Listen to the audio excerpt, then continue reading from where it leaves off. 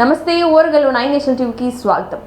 తెలంగాణలో రైతు రుణమాఫీపై సవాల్ ప్రతి సవాల్ నడుస్తోంది. ఆగస్టు 15 లోపు రైతు రుణమాఫీ 6 గ్యారెంటీలు అమలు చేస్తే రాజీనామా చేస్తానన్న హరీష్ రావు తన రాజీనామా లేఖతో అసెంబ్లీ గన్ పార్క్ దగ్గరికి వచ్చారు. సీఎం రేవంత్ రెడ్డి కూడా రాజీనామా లేఖతో గన్ పార్క్ దగ్గరికి రావాలని హరీష్ రావు డిమాండ్ చేశారు. హరీష్ రావుతో రాక అసెంబ్లీ గన్ పార్క్ దగ్గర ఉద్రిక్తత వాతావరణం నెలకొంది. ఎన్నికల కూడా అమల్లో ఉందన్న పోలీసులు భారీగా మోహరించారు. గన్ పార్క్ దగ్గర ఎలాంటి నిరసనలకు అనుమతి లేదని హెచ్చరించారు. హరీష్ రావు సవాల్తో బీఆర్ఎస్ పార్టీ శ్రేణులు గన్ పార్క్ దగ్గరికి భారీగా చేరుకుంటున్నారు. హరీష్ రావుకు మద్దతుగా మాజీ మంత్రులు, పలువురు బీఆర్ఎస్ ఎమ్మెల్యేలు వచ్చారు.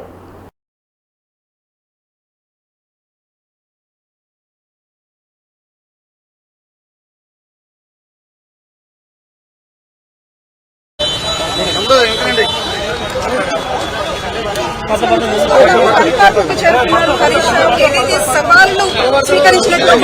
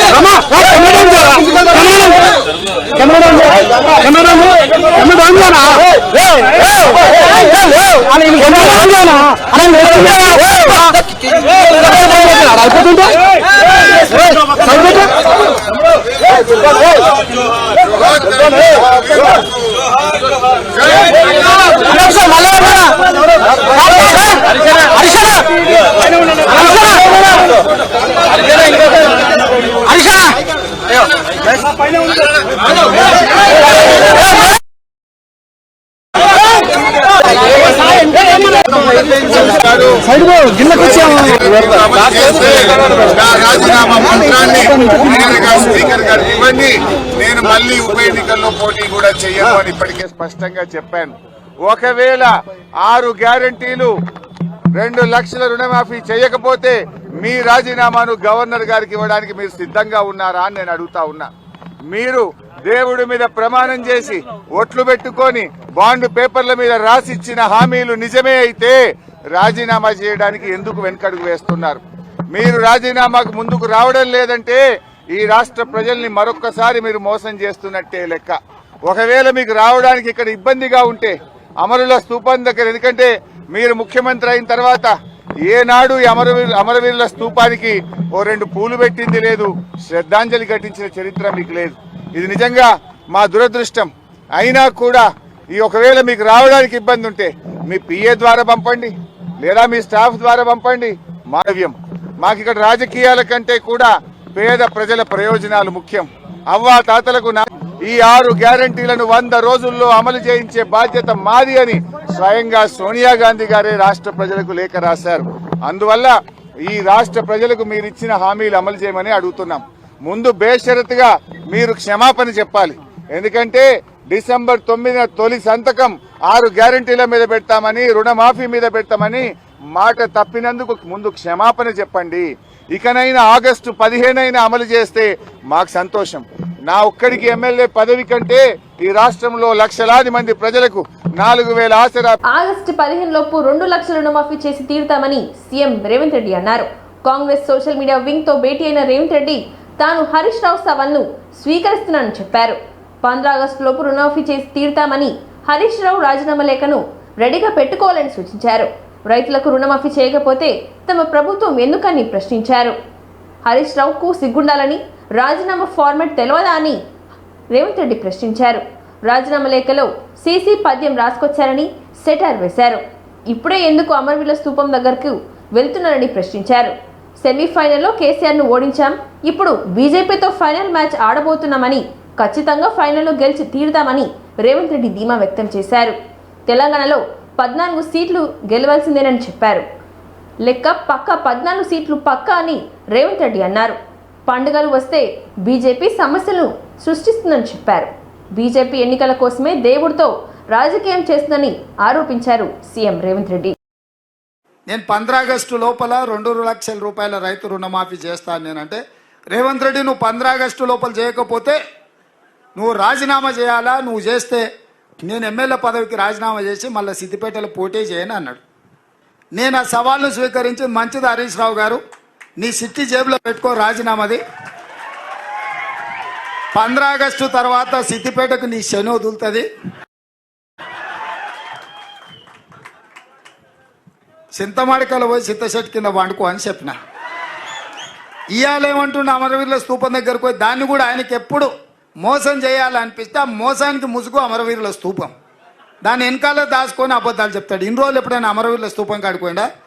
ఇవాళ పోయి చెప్తున్నాడు ఈ రైతు రుణమాఫీ కాదు ఇంకేంటి ఒక కండిషన్లు చెప్పి ఇవన్నీ చేసి ఇంత పెద్ద లేఖ రాసుకొచ్చారు. రాజీనామా లేఖ అట్లా ఉండదు. నాకు ఎవరో చూపించారు, మొత్తం సీసపత్యం రాసిండు అందులో, వాళ్ళ మామ చెప్పిందంతా. రాజీనామా లేఖ ప్రిస్క్రైబ్డ్ ఫార్మెట్లో స్పీకర్ గారు ఒక ఫార్మెట్ ఇస్తాడు. దాంట్లో ఒక్క పదము పొల్లు పోయినా ఆ కాగితమే చెల్లదు. మళ్ళీ ఈయన సీసపద్యం అంతా రాసుకోవచ్చండి. సీసపద్యం రాజీనామా పత్రం చెల్తుందా? పెద్ద తెలివి అనుకుంటుండే ఆయన. తాటి చెట్టు లెక్క పెరుగుతే కాదు నాయన, మోకాళ్ళలో కాదు అరికాళ్ళకు పోయినట్టు నీ తెలివితేటలు హరీష్ రావు. ఇప్పుడు కూడా నేను చెప్తున్నా హరీష్ రావు, నీ సవాల్ను స్పష్టంగా మేము స్వీకరిస్తున్నాం. 15 ఆగస్టు లోపల 2 లక్షల రూపాయల రుణమాఫీ చేస్తా, పెట్టుకో. రైతులకు రుణమాఫీ చేయకపోతే మాకెందుకయ్యా అధికారం? ఈ రైతులకు రుణమాఫీ చేయకపోతే ఆ రైతులు ఎవరు? మా వాళ్ళే కదా, మా కుటుంబాలే కదా, మా పరివారమే కదా. వాళ్ళ కోసము అయితే 30,000 40,000 కోట్లు అవుతుంది. కానీ ఏమవుతుంది? నువ్వు కాళేశ్వరం దోసుకున్న 1,00,000 కోట్ల కంటే ఎక్కువనా? హైదరాబాద్ చుట్టూతో నువ్వు ఆక్రమించుకున్న వేలాది ఎకరాల కంటే ఎక్కువనా? ఇక సరే, అంత దూరం ఎందుకులే. కానీ మీ దోపిడీ, మీలాగా దోపిడీ చేయకుండా ఒక్క సంవత్సరం నేను కడుపు కట్టుకుంటున్నానంటే ఆ 40,000 కోట్ల రూపాయలు బ్యాంకులకు ఎడవసేత్తో చెల్లిస్తాను నేను. అందుకే మీకు అందరికీ మీ ద్వారా తెలంగాణ ప్రజలకు తెలవాలి, 15 ఆగస్టు లోపల 2 లక్షల రైతుల రుణమాఫీ చేసే బాధ్యత మన ప్రభుత్వాన్ని. స్పష్టంగా ప్రజలకు చెప్పండి. రెండవది, బీజేపీ గెలిస్తే ఎస్సీ ఎస్టీ ఓబీసీ మైనారిటీ రిజర్వేషన్లు రద్దు అవుతాయి. విజయవాడలో ఎన్నికల ప్రచారంలో పాల్గొంటున్న AP PCC chief Sharmila CM Jagan పై ఘాటైన వ్యాఖ్యలు చేశారు. ఒక్క ఛాన్స్ అని అడిగితే ప్రజలు నమ్మి ఛాన్స్ ఇస్తే రాష్ట్రాన్ని సర్వనాశనం చేశారని మండిపడ్డారు. గత ప్రభుత్వాలు ఏపీని రాజధాని లేని రాష్ట్రంగా తయారు చేశారని అన్నారు షర్మిల. జగన్ ప్రజల్ని మోసం చేశారని, రాజధాని ఎక్కడో చెప్పుకోలేని దుస్థితిలో ప్రజలు ఉన్నారని షర్మిల అన్నారు. ఒక్క ఛాన్స్ ఇస్తే రాష్ట్రాన్ని వాషింగ్టన్ డీసీలా చేస్తారని చెప్పి రాజధాని లేకుండా చేశారని మండిపడ్డారు. వైఎస్ఆర్ వారసుడిగా చెప్పుకునే జగన్ ఆయన ఆశయాల్ని పట్టించుకోవట్లేదని అన్నారు. వైఎస్ఆర్ ఆశయాలంటే నెరవేర్చాలంటే రైతులను రాజు చేయాలని, ఇల్లు లేని పేదలందరికీ పక్కా ఇల్లు ఇవ్వాలని, ఉద్యోగాలు ఇవ్వాలని అన్నారు షర్మిల. రాష్ట్రం అభివృద్ధి చెందాలంటే కాంగ్రెస్ను గెలిపించాలని ఆమె కోరారు. వేసుకున్న నా ఒంటి మీద ఉన్న బట్టల గురించి జగన్మోహన్ రెడ్డి గారు ప్రస్తావించారు అంటే ఎంత దిగజారుడు రాజకీయాలు చేస్తున్నారు వీళ్ళు. ఏం అవసరం ఉంది? నేను పచ్చ చీర కట్టుకున్నాను, దానికి జగన్మోహన్ రెడ్డి గారు చెప్తున్న మాట, నేను చంద్రబాబుకు మోకరిల్లి ఆయన ఇచ్చిన స్క్రిప్ట్ మక్కీ బట్టి నేను మాట్లాడుతున్నాను. ఏం మాట్లాడుతున్నారు? పచ్చ చీర కట్టుకుంటే తప్పేముంది అని అడుగుతున్నాం. పచ్చ కలర్ ఏమైనా చంద్రబాబు గారు కొనుక్కున్నారా? ఏమన్నా కొనుక్కున్నారా? ఎంత కొనుక్కున్నారన్నా? చంద్రబాబు గారు ఏమైనా పేటెంట్ రైటా? పచ్చ కలర్ అంటే ఏమన్నా పసుపు కలర్ వాళ్ళదా? జగన్మోహన్ రెడ్డి గారు మర్చిపోయినట్టున్నారు. సాక్షి ఛానల్లో, సాక్షి పేపర్ లో ఎల్లో కలర్ ఉంటది, పసుపు కలర్ ఉంటది, పైన గుర్తుందన్నా? పసుపు కలర్ ఉంటది. దానికి రాజశేఖర్ రెడ్డి గారు ఆ రోజు చెప్పిన మాట, ఏ తప్పేముంది? పసుపు అంటే మంగళకరమైన రంగు, అదేం టీడీపీ వాళ్ళ సొంతం కాదు అని ఆ రోజు రాజశేఖర్ రెడ్డి గారే సాక్షికి పసుపు రంగు పెట్టించారు. పసుపు అన్నది మన వంటల్లో కూడా వేసుకుంటామే, అది టీడీపీ ఎప్పుడు కొనుక్కుందన్నా? వాళ్ళ సొంతమా అది? నేను పసుపు చీర వేసుకున్నానట, దానికి ఒక ముఖ్యమంత్రి హోదాలో ఉన్నవారు ఇన్ని రోజులు సోషల్ మీడియాలో వాళ్ళ వైసీపీ మూకల చేత అయితేనేమి, వాళ్ళ కుక్క బిస్కెట్లు పడేస్తే దానికి ఆశపడ్డే పేడ్ ఆర్టిస్టుల చేత అయితేనేమి సోషల్ మీడియాలో నన్ను దూషించారు, తిట్టారు, అవమానించారు, బెదిరించారు, నానా రకాలుగా అవమానించారు. ఇదంతా సరిపోలేదని ఈ రోజు ముఖ్యమంత్రి ముఖ్యమంత్రిగా ఉన్న జగన్మోహన్ రెడ్డి గారు మాట్లాడుతున్నది సొంత చెల్లెల గురించి అని కూడా ఆలోచించకుండా నా ఒంటి మీద ఉన్న బట్టల గురించి ఇంతమంది మగవాళ్ళ మధ్య మాట్లాడుతున్నారు అంటే వీళ్ళకు సభ్యత ఉందా, సంస్కారం ఉందా? ఏం జరుగుతుందన్నా మన రాష్ట్రంలో ఒక్కసారి ఆలోచన చేయాల్సిన అవసరం లేదా? నేను మక్కీ కడుతున్నానంట, మక్కీ టు మక్కీ నేను చంద్రబాబు గారి స్క్రిప్ట్ తీసుకొని నేను మాట్లాడుతున్నానట. ఎవరన్నా మక్కీ టు మక్కీ స్క్రిప్ట్ చదివేది మీటింగ్లలో? ఎవరు? జగన్మోహన్ రెడ్డి గారు స్క్రిప్ట్ పెట్టుకొని మక్కీ టు మక్కీ వర్డ్ టు వర్డ్ చూసుకుంటూ చదివేది జగన్మోహన్ రెడ్డి గారా నేనా? ఎవరు చదువుతున్నారు మక్కీ టు మక్కీ? ఏం చెప్తున్నారు? నేను మోకరిల్లానా చంద్రబాబుకి? నాకేం అవసరం? నేను రాజశేఖర రెడ్డి రక్తం, రాజశేఖర రెడ్డి బిడ్డను. నేను ఎవ్వరి ముందు ఏ రోజు మోకరించలేదు. అందుకే మొండిగా ఈ రోజు వరకు కొట్లాడుతున్నా. నా గురించి ఎవడు ఏమి రాసుకున్నా, ఏమి అనుకున్నా ఏ రోజు పట్టించుకోలేదు రాజశేఖర రెడ్డి బిడ్డ. ఎందుకంటే నాకు తెలుసు నా గుండెలో ఉన్న నిజాయితీ గురించి. ఈ రోజు మోకరిల్లింది ఎవరు? బీజేపీ ముందు, మోడీ ముందు జగన్మోహన్ రెడ్డి కాదా మోకరిల్లింది? ఎంతగా మోకరిల్లారన్నా ఆఖరికి మన ప్రత్యేక హోదాను తాకట్టు పెట్టారు, మన పోలవరం తాకట్టు పెట్టారు, మన రాజధాని తాకట్టు పెట్టారు. మొత్తం అన్ని మంది ఎక్కడ అరెస్ట్ అవుతాడో బెయిల్కు తెచ్చుకోవడానికి, లేకపోతే వాళ్ళు మద్దతు తెచ్చుకోవడానికి వెళ్తున్నారు తప్పితే ప్రజల గురించి మోడీకి వారసుడు. ఎందుకంటే రాజశేఖర రెడ్డి గారు బీజేపీని వ్యతిరేకించేవాడు. అలాంటి బీజేపీకి జగన్మోహన్ రెడ్డి గారు మోకరిల్లుతున్నాడు అంటే ఈయన రాజశేఖర రెడ్డి గారి వారసుడు కాదు, నిజానికి ఈయన మోడీ వారసుడు. ఆఖరికి మణిపూర్ గడ్డలో క్రైస్తవులను ఊచకోత చేసింది బీజేపీ పార్టీ, ఆర్ఎస్ఎస్ కలిపి. కనీసం అప్పుడైనా నోరిప్పాడా జగన్మోహన్ రెడ్డి గారు? సొంత మతం, మన మతం క్రైస్తవులను చంపేస్తున్నా అప్పుడు కూడా బీజేపీకే మద్దతు ఇచ్చాడే చట్టసభలలో. మరి ఈయన బీజేపీ వారసుడు కాక రాజశేఖర రెడ్డి గారి వారసుడు ఎలా అవుతాడన్నా? నల్గొండ జిల్లాలో సీజ్ చేసిన గంజాయిని తగలబెట్టారు జిల్లా ఎస్పీ చందనా దీప్తి. నల్గొండ జిల్లాలోని పలు పోలీస్ స్టేషన్ల పరిధిలో గత కొన్ని రోజులుగా 2043 కిలోల గంజాయిని పోలీసులు పట్టుకున్నారు. డ్రగ్ డిస్ట్రక్షన్ కమిటీ ఆధ్వర్యంలో ఎస్పీ చందనా దీప్తి పర్యవేక్షణలో ఇవాళ గంజాయిని నిర్వీర్యం చేశారు పోలీసులు. ASP Ramul Nayak, DSP Shivaram Reddy, district drug disposal committee సభ్యులు పాల్గొన్నారు. ఈ సందర్భంగా మాట్లాడిన ఎస్పీ చందనా దీప్తి నల్గొండ జిల్లాలో 15 పోలీస్ స్టేషన్లో సీజ్ చేసిన సుమారు 5,10,00,000 విలువ చేసే గంజాయిని కోర్టు అనుమతితో నిర్వీర్యం చేశామని అన్నారు. డ్రగ్స్ని పూర్తిగా నిర్మూలన చేయడానికి పోలీస్ శాఖ కృషి చేస్తుందని చెప్పారు. గంజాయి అక్రమ రవాణాపై నల్గొండ పోలీస్ శాఖ ప్రత్యేక నిఘా పెట్టిందని చెప్పారు. ఇప్పటికే సుమారు 1,300 కిలోల గంజాయిని గతంలో తగలబెట్టామని, డ్రగ్స్ రవాణా చేసేవారిపై కఠిన చర్యలు తీసుకుంటామని తెలిపారు.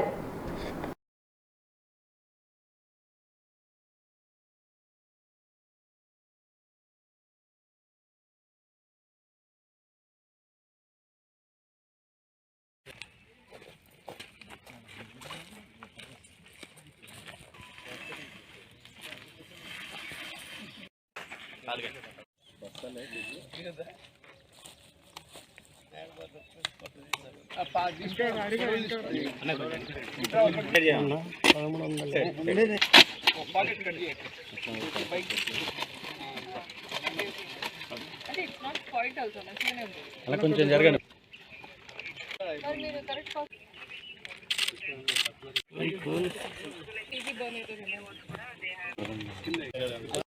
$5 crores. So I want to inform media that drug destruction committee presence lo seized ganjani destroy cheyadam jarugutundi battalion vadda unnatuvanti firing range lo. The worth of this ganja is 5 crores. So I want to inform media that drug destruction committee presence lo 39 NDPS cases ki sambandhinchiనటువంటి 15 police stations in Nalgonda district ki sambandhinchiనటువంటి ganja which is weighing 2,043.536 grams worth rupees 5 crores 10,75,000. After obtaining inventory from the honorable court and other legal processes, today after shifting the contraband to Annaparthi battalion firing. Jagan పై జరిగిన రాయి దాడిపై రాష్ట్రంలో ఇంకా రచ్చ కొనసాగుతూనే ఉంది. ఈ కేసులో నిందితుడిని గుర్తించి విచారిస్తుండగా అధికార వైసీపీ, ప్రతిపక్ష టీడీపీ మధ్య విమర్శల పరంపర కొనసాగుతూనే ఉంది. ఈ క్రమంలో వివేక కూతురు సునీత సీఎం జగన్ ఉద్దేశించి ఘాటైన వ్యాఖ్యలు చేశారు. జగన్ ఇక బ్యాండేజ్ తీసేస్తే బెటర్ అని, ఎక్కువ రోజులు బ్యాండేజ్ ఉంటే గాయం సెప్టిక్ అయ్యే ప్రమాదం ఉందని ఒక డాక్టర్గా సలహా ఇస్తున్నానని ఎద్దువ చేశారు. గాలి తగులుతేనే గాయం త్వరగా మానుతుందని అన్నారు సునీత. పులివెందులలో జగన్ చేసిన వ్యాఖ్యల్లో వివేకపై ద్వేషం కనిపిస్తుందని, వివేక ఏం పాపం చేశారని, జగన్కు అంత ద్వేషం ఎందుకని ప్రశ్నించారు సునీత. మీకోసం త్యాగం చేశారు కాబట్టే వివేకపై కోపమా అని అన్నారు. జగన్కు కోర్టులో సిబిఐ మీద నమ్మకం లేదు కాబట్టి తనకు ఏ వ్యవస్థ మీద నమ్మకం ఉందో చెప్పాలని డిమాండ్ చేశారు సునీత. ఒక్క మంచి మాట కూడా గుర్తు రాలేదా మీకు చెప్పడానికి? ఇంకా ఏమంటే ఆయన ఆశీస్సులతోటే మీరు నిలుస్తున్నారంటారు. ఎందుకింత ఈర్ష్య, ఎందుకింత ద్వేషం?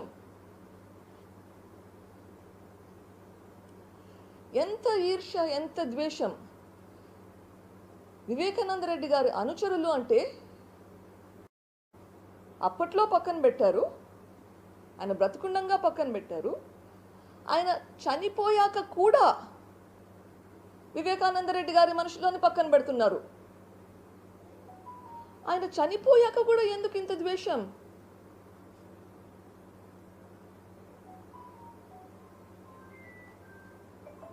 ఈ ద్వేషం ఈరోజు మీ మాటల్లో కనిపిస్తుంది. ప్రైవేట్ ఆస్తులను సమాజ ఉమ్మడి ప్రయోజనాల కోసం ప్రభుత్వం టేక్ ఓవర్ చేయరాదన్న వాదన ప్రమాదకరమని సుప్రీంకోర్టు స్పష్టం చేసింది. ప్రైవేట్ ఆస్తులను కూడా సమాజ భౌతిక వనరులుగానే భావించాలని అభిప్రాయపడింది. ప్రభుత్వానికి ప్రైవేట్ ఆస్తులపై నియంత్రణ ఉండదన్న వాదనను కోర్టు తోసిపుచ్చింది. ఉమ్మడి ప్రయోజనాల కోసం ప్రైవేట్ ఆస్తులను ప్రభుత్వం టేక్ ఓవర్ చేయవచ్చని తేల్చి చెప్పింది. ప్రైవేట్ ఆస్తుల స్వాధీనానికి మహారాష్ట్ర ప్రభుత్వం తెచ్చిన చట్ట సవరణపై కొనసాగుతున్న 3 దశాబ్దాల నాటి కేసును Supreme Court chief justice DY Chandrachud ఆధ్వర్యంలోని 9 మంది జడ్జిల బెంచ్ వివరించింది. ఈ సందర్భంగా సిజేఐ బెంచ్ కీలక వ్యాఖ్యలు చేసింది. ముందుగా ముంబైకి చెందిన 20,000 మంది ల్యాండ్ ఓనర్లతో కూడిన ప్రాపర్టీ ఓనర్స్ అసోసియేషన్ మరో 15 మంది పిటిషన్ తరపున అడ్వకేట్ వాదిస్తూ రాజ్యాంగంలోని ఆదేశిక సూత్రాలను పేర్కొంటున్న ఆర్టికల్ 39B, ఆర్టికల్ 31C సాకుగా చూపుతూ ప్రభుత్వం ప్రైవేట్ ఆస్తులను స్వాధీనం చేసుకోవటం సరికాదన్నారు. అయితే encouraged, and as a result the increase in private wealth would ultimately lead to the increase in the nation's wealth. Absolutely. I'm not saying, world does I'm not not saying in the belong- classic sense, the classic Marxist sense, you regulate everything, nationalize. I'm not saying that should be read in, that's the way it has, in fact, such constitutional provisions will receive wisdom and maturity in an evolving constitutional framework. But the- So therefore, even we have a private expansive private market or private capitalism, whatever one may have, but these provisions will still have a certain relevance. So His Lordship Justice Krishna seems to be warning against what is the scenario today. He wrote at a point of time when, with his own understanding of what would be reading into Article 13B, but I don't think that's only one index. It's one index of looking at 39B. But I'm looking at various indexes which may have to brought into 39B. And we do not know how many indexes are going to be there. To say that I'll look only a Marxist or a socialist index, and they're all dead for all practical purposes. Why should we go into it at all? But that is again a political philosophic, understanding. But I suppose if the Constitution has to do a journey beyond what we are seeing today, therefore, if we can probably wipe out many of the provisions in Chapter 4, because we are living in an open Wipe it out. society of How a you free. look at it? Each word of the Constitution can have a different meaning at different points of time. They can have, That is what, so we cannot only think of what was there Exactly. in 1950s. exactly. The same words can be interpreted in the 21st century. Absolutely. Therefore, we are not, suppose we are talking about right to privacy, Article 21, a wide range of interests under Article 21. So I suppose all those values which go into an expansive constitutional interpretation are not to be confined only to certain provisions of the Constitution. Karimnagar BJP MP అభ్యర్థి బండి సంజయ్ కాంగ్రెస్ అంటే Italy national Congress party అని, British వారు స్థాపించిన party అంటూ hot comments చేశారు. మహాత్మా గాంధీ అసలు శిశునైన గాంధీ అని, ప్రస్తుతం కాంగ్రెస్ ను ఏలుతున్నది డూబ్ గాంధీ కుటుంబం అంటూ సంచలన కామెంట్స్ చేశారు బండి. మానుకొండలో ఎస్సీ మోర్చా సమ్మేళనంలో పాల్గొన్నారు బండి సంజయ్ బీజేపీ అంటే భారతీయ ఆత్మ అని తెలిపారు. కేసీఆర్ తెలంగాణ ఆత్మ కాదు, రాష్ట్రానికి పట్టిన శని అని విమర్శించారు బండి సంజయ్. దళితుల కోసం బీజేపీ పాటుపడుతుంది అన్నారు. అంబేద్కర్ను అవమానించిన కాంగ్రెస్ బీఆర్ఎస్లకు బుద్ధి చెప్పాలని పిలుపునిచ్చారు సంజయ్. జూన్ 4న బీఆర్ఎస్కు పాతరేసి కాలోజీ మాటలను నిజం చెప్తామని చెప్పారు. కాంగ్రెస్ పార్టీ అధికారంలోకి వస్తే మీ ఆస్తులు 55% గుంజుకోవడం ఖాయమని ఆరోపించారు సంజయ్. మంచోడే కదా మళ్ళా వచ్చుడే కదా, మళ్ళా ఓటు వేసుడే కదా, ఇంకా చెప్తాను ఓటు వేసుడే కదా, పక్క అటు ఇటు ఓటు ఏమి వేరు కదా, పక్క ఓటు వేస్తారు కదా, మళ్ళీ ప్రధానమంత్రి వేసుడే కదా, వేస్తారు కదా, బియ్యం మీకేమైనా ఇస్తున్నా లేదా. కాబట్టి అందుకే ఏడవైనా కూడా పేదోళ్ళందరూ మోడీ మోడీ మోడీ మోడీ అంటున్నారు. ఇక్కడ ఢిల్లీలో అంత్యక్రియలు చేస్తే అక్కడనే సమాధి చేయాల్సి వస్తుంది. అదొక స్మృతి కేంద్రం ఉంటుంది. దేశం మొత్తం చుట్టలు పడుతుంది. అబ్బా వట్టి అని అంటిరా అనుకున్నాడు. అని చూడండి ముఖం చూడండి, సగం కట్టించి పెట్టిన కదా అని ఆడికి వేయండి. 2 సార్లు వేయను అక్కడండి, 2 సార్లు వేయనా. ఏ కేసీఆర్, నువ్వు 10 సంవత్సరాల నుంచి బాబాసాహెబ్ అంబేద్కర్ విగ్రహం 120 అడుగుల విగ్రహం పెడతా అని చెప్పి దళితులను మోసం చేస్తున్నావు, అంబేద్కర్ గారిని మోసం చేస్తున్నావు. నువ్వు పెడతావా పెట్టావా అంటే తప్పుడు గురించి ఆలోచించాలి. అరే అంబేద్కర్ గారి జయంతి వర్ధంతి అయితే ఎప్పుడన్నా కేసీఆర్ వచ్చిండా? ఇప్పుడు వచ్చిందా కేసీఆర్? వచ్చిందా? అంబేద్కర్ వర్ధంతి కాడు, అంబేద్కర్ గంట కండ కౌరం తలకాకి ఎక్కింది. అప్పుడు నాకు గంట కౌరం పెద్దోడు కదా, అంబేద్కర్ గురించి ఎందుకు ఆలోచిస్తాడు? మరి తెలంగాణ రాష్ట్రంలో దళిత స్థాయికి రావాలని చెప్పి దేశం మొత్తంలో ప్రతి సంవత్సరం 1,25,000 మందిని పారిశ్రామికవేత్తలుగా మారుతున్న ప్రభుత్వం నరేంద్ర మోడీ గారి ప్రభుత్వం. ఎట్లా అంటే ప్రతి సంవత్సరము 5 కోట్ల వరకు ఎలాంటి షూరిటీ లేకుండా రుణాలు ఇస్తున్నాం. స్కాలర్షిప్ల కోసం కేటాయించిన ప్రభుత్వం నరేంద్ర మోడీ ప్రభుత్వం. ఇది దుర్మార్గుడు కేసీఆర్ ఏం చేసిందంటే, నువ్వు వాళ్ళ అకౌంట్ లో వేయి, నేను కూడా వాళ్ళ అకౌంట్ లో వేస్తాను. లేదు, నువ్వు నాకు ఇస్తేనే నేను ఇస్తాను. ఇస్తే ఏం చేస్తాడు? దాన్ని చంపుకోవడం కొంచెం సంపకానికి అంత మళ్ళొక్క పైసా ఇస్తాడా? ఇలా ఇంత మోసం చేసాడు కేసీఆర్ అనే వ్యక్తి. ఎట్లా మోసం చేసాడే, ఇట్లా మోసం చేసి మొత్తం మన బతుకులను బర్బాద్ చేసింది ఇలా కేసీఆర్. ఇలా ఏం ఇవ్వకుండా మోసం చేసిన వ్యక్తి కేసీఆర్ కాబట్టి తీసుకపోయి తెలంగాణ ఉద్యమ సమయంలో విద్యార్థుల మరణాలకు కారణమైన మాజీ మంత్రి బీఆర్ఎస్ ఎమ్మెల్యే హరీష్ రావు అమరవీరుల స్తూపం వద్దకు వచ్చి మలినం చేశారని విమర్శించారు ఎమ్మెల్సీ వెంకట్. హరీష్ రావు అమరవీరుల స్తూపాన్ని అపవిత్రం చేశారని పసుపు నీళ్లతో శుద్ధి చేశారాయన. ఆగస్టు 15 లోపు రైతులకు 2 లక్షల రూపాయలు రుణమాఫీ చేస్తామని ముఖ్యమంత్రి రేవంత్ రెడ్డి మాట ఇచ్చారని అన్నారు. రుణమాఫీ అమలు చేస్తే బీఆర్ఎస్ పార్టీని రద్దు చేస్తారా అని సవాల్ విసిరితే హరీష్ రావు తన రాజీనామాతో కొత్త డ్రామాకు తెరలేపారని మండిపడ్డారు. 2 లక్షల రూపాయల రుణమాఫీకి తమ ప్రభుత్వం కట్టుబడి ఉందని అన్నారు. ఆగస్టు 15 లోపు ఇచ్చిన మాట ప్రకారం హామీని నెరవేరుస్తామని చెప్పారు. తాను బాధ్యత తీసుకొని హరీష్ రావు రాజీనామాను ఆమోదించేలా చేస్తానని అన్నారు వెంకట్.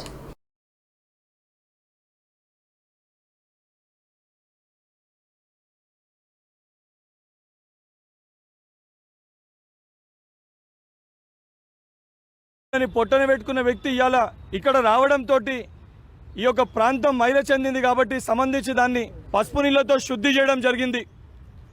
హరీష్ రావు గారికి గత 10 సంవత్సరాలుగా బీఆర్ఎస్ పార్టీ నాయకులకు ఏ రోజు కూడా అమరవీరులు గుర్తుకు రాలే.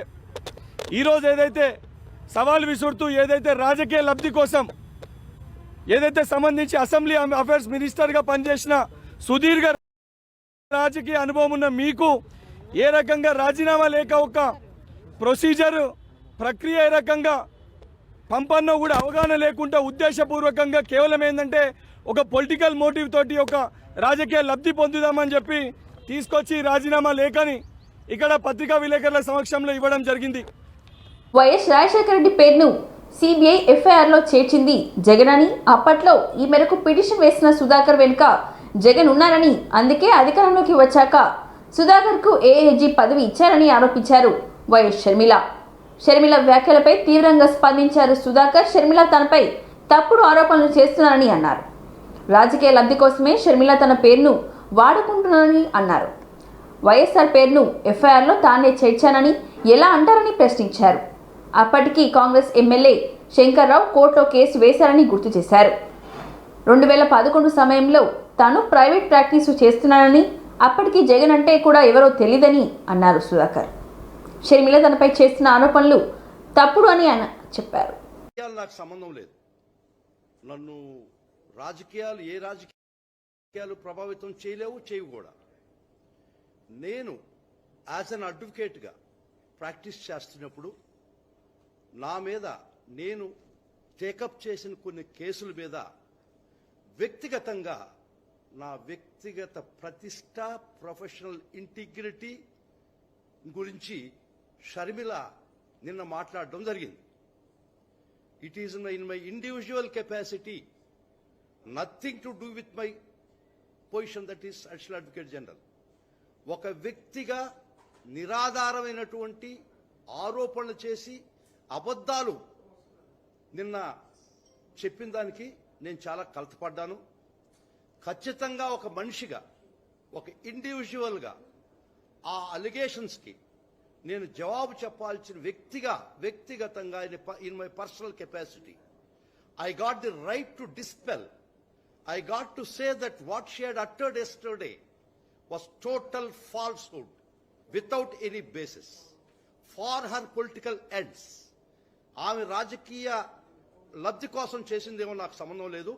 కానీ నేను ఈరోజు ఇచ్చే ప్రెస్ కాన్ఫరెన్స్ రాజకీయ లబ్ధి కాదు, వ్యక్తిగత హోదాలోనే. ఎందుకంటే ఆ అలిగేషన్స్ నేను ఈ పోస్టు రాకముందు, when I was practicing as an independent advocate, private advocate, the allegations were made against me. నా మీద నిరాధారణమైనటువంటి ఆరోపణలు చేసింది కాబట్టి ఆ టైంలో నేను వ్యక్తిగా, ఇప్పుడు నిన్న వైఎస్ షర్మిల నా మీద నిరాధారమైన ఆరోపణలు చేసింది కాబట్టి ఖచ్చితంగా నేను జవాబు చెప్పాలి. ముస్లిం రిజర్వేషన్ల ఎత్తివేతపై కేంద్ర మంత్రి, బీజేపీ స్టేట్ చీఫ్ మరోసారి కీలక వ్యాఖ్యలు చేశారు.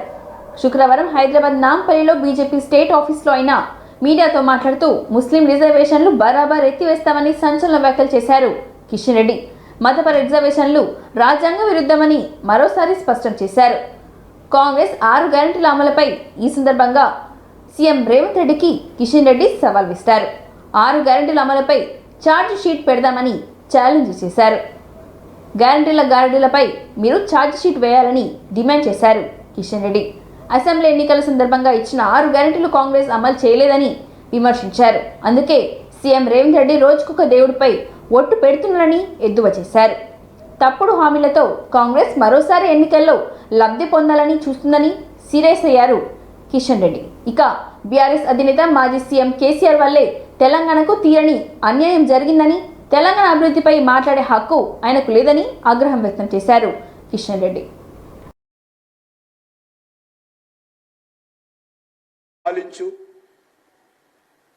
నీతిని ప్రదర్శిస్తున్నది ఇటలీ కాంగ్రెస్. పక్కా సెట్ అవుతుంది ఇటలీ కాంగ్రెస్ పార్టీ. మా పార్టీకి ఏ భాష సెట్ కాదు, మాకు భారతదేశమే సెట్ అవుతుంది. మేము భారతదేశం కోసం పుట్టాము, భారతదేశం కోసం చస్తాము. మీరు ఇటలీ కోసం పుట్టారు, ఇటలీ కోసం చస్తున్నారు. ఇప్పుడు మీరు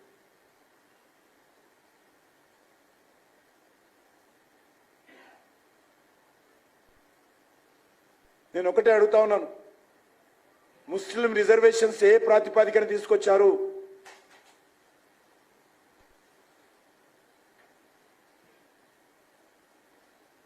మీరు గతంలో ముస్లిం రిజర్వేషన్ పెంచాలనుకున్న విషయం వాస్తవం కాదా?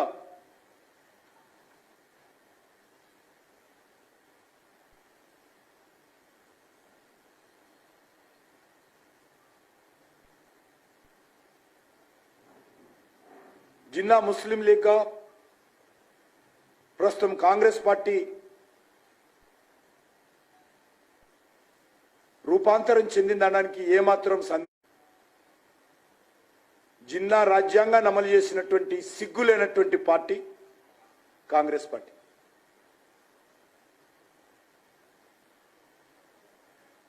ఒక జమ్మూ కాశ్మీర్లోనే 42,000 మందిని పొట్టన పెట్టుకున్నది జిన్నా రాజ్యాంగం కారణంగా ఆర్టికల్ 370 కారణంగా ఈ కాంగ్రెస్ పార్టీ గడ్డి తిన్నది. కాంగ్రెస్ పార్టీ ఆ రోజు ప్రజాస్వామ్యాన్ని, రాజ్యాంగాన్ని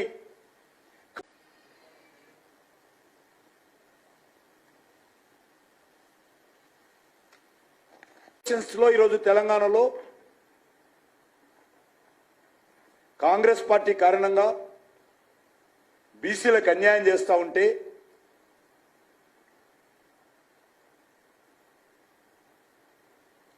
మరి తప్పుడు మాటలు మా మీద మాట్లాడతారా? అది మతి భ్రమించి మాట్లాడుతూ ఉన్నారా, మదమెక్కి మాట్లాడుతూ ఉన్నారా అర్థం కావడం లేదు. హైదరాబాద్లో ఉన్నటువంటి బీసీలకు హక్కులు ఉండకూడదా? వాళ్ళు కార్పొరేటర్స్గా గెలవాలని కోరుకోవడం అన్యాయమా? రాజకీయాలు చేస్తూ 73 సంవత్సరాల పాటు ఆర్టికల్ 370 జిన్నా రాజ్యాంగాన్ని ఈ దేశంలో జమ్మూ కాశ్మీర్ అమలు చేసి ఈ దేశంలో లక్షలాది కోట్ల రూపాయలు ఒకటే మనవి చేస్తా ఉన్నాను, కాంగ్రెస్ పార్టీ ఈ దేశంలో కనుచూపు మేరలో అవకాశం వచ్చేలేదు, అధికారంలోకి వచ్చింది. ఇంతటితో ఈ వార్తలు సమాప్తం. మరిన్ని వార్తలతో మళ్ళీ కలుద్దాం. చూస్తూనే ఉండండి ఓరుగల్లు 9 నేషనల్ టీవీ.